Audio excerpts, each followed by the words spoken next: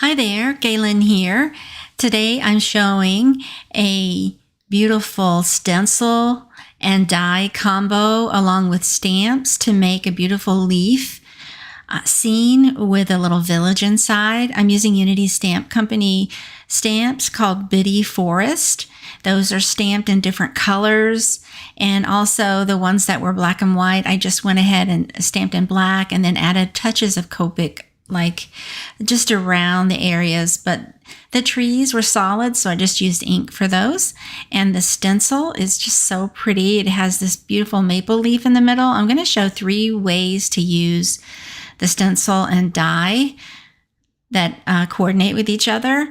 And I'm also using the Decal and Stitch nesting die set by Unity to cut out the background or the card front. So the first way I'm going to do it is with the stencil, actually the die first. This is the die, and I'm just showing what it looks like on the paper, and then when you color it or whatever you want to do as far as coloring first, and then you die cut that very simply and then place it. Then the other way is to stencil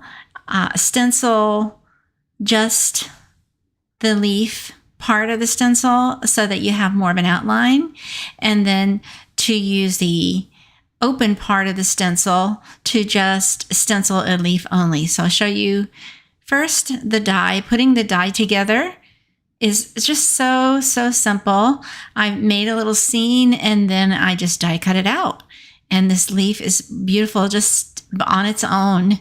And I added the sentiment of this beautiful kit in Biddy Forest. It has these tiny little images that you can place inside the dies, any die, I think. And then it comes with lots of sentiments that are just beautiful for almost any occasion. So I have this scrapbook adhesive double-sided repositionable tape that I tape down this leaf part of the stencil, and it acts like a mask, if you will, but it's just all part of the stencil. But that is a temporary placement for this stencil. And I used Distress Oxide ink and more of a fall autumn color. And I lightly went around with the blending brush and blended the color ever so lightly just to make sure that's where I want the ink, and I was happy with it. So I came in again with much more of the same color to make a darker orange or fall color closer to the stencil, and leaving the lighter color towards the outside of that. So I go all around. It's very messy. I want to just tell you that if you're going to do this and put your fingers on the stencil, just be careful not to touch the card front, because it will just make a mess of your card front.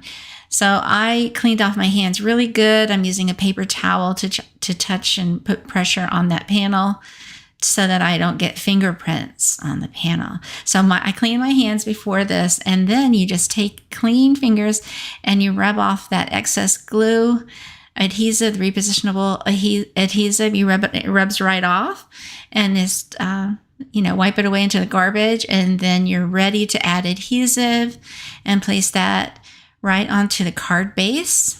Simple as could be. I decided to just focus right on the stencil image without adding anything extra to the card, except for the sentiments.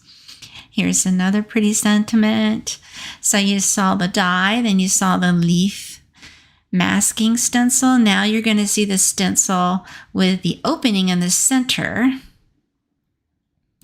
And I'm going to create a colorful little scene that's going to be blended with some more ink blending on the inside and doing some more stenciling on the inside. So I got a little more detail with this one.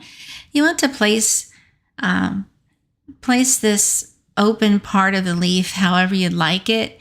I added more trees to this scene, so it's a little wider than the opening, which is fine. And you'll see some excess parts of it on the outside that does not have color, and that's actually pretty cool. It looks nice and artsy that way. So I wanted to make slopes. I didn't have a slope stencil, so I die cut a slope out of a cardstock. I had a die that makes slopes. It's retired, but I will link a similar one that if you don't have a stencil, you can just die cut a slope, or you can just hand trim a slope on some cardstock and then add ink blending to make some snow slopes. I am just going randomly just to add tiny bits of tiny slopes in very light blue colors. And I just kind of think, where would they be? And then I just make it real light. You can use gray. Gray would look nice with this technique. But I had this light blue. I have distress ink that I used for this, and it worked great. One more row there of slope area. I just touched in there. This is just to create and accent the scene that's so beautifully done with just stamping alone is fine. But I went one more step to add some slopes. Now the next thing I'm going to do is to accent the very edge of the stencil. I'm going to use that same ink, and I'm going to go just along the outside with just a little bit of a darker along the edges of the same color. And I just add more ink as I go, just to make sure that that outer area is outlined really nice, so that that leaf shape shows up nicely. And then go ahead carefully again with a piece of paper. I'm just protecting that from fingerprints. I remove the stencil, clean my hands real good before I did this step. And then I heat set any ink blending just to make sure nothing smudges and make sure everything is dry and all set to go. And there you have it. A flat card that with stenciling and stamping with just the sentiment. I love it. Thanks so much for watching. Take a moment to subscribe if you will. Thank you.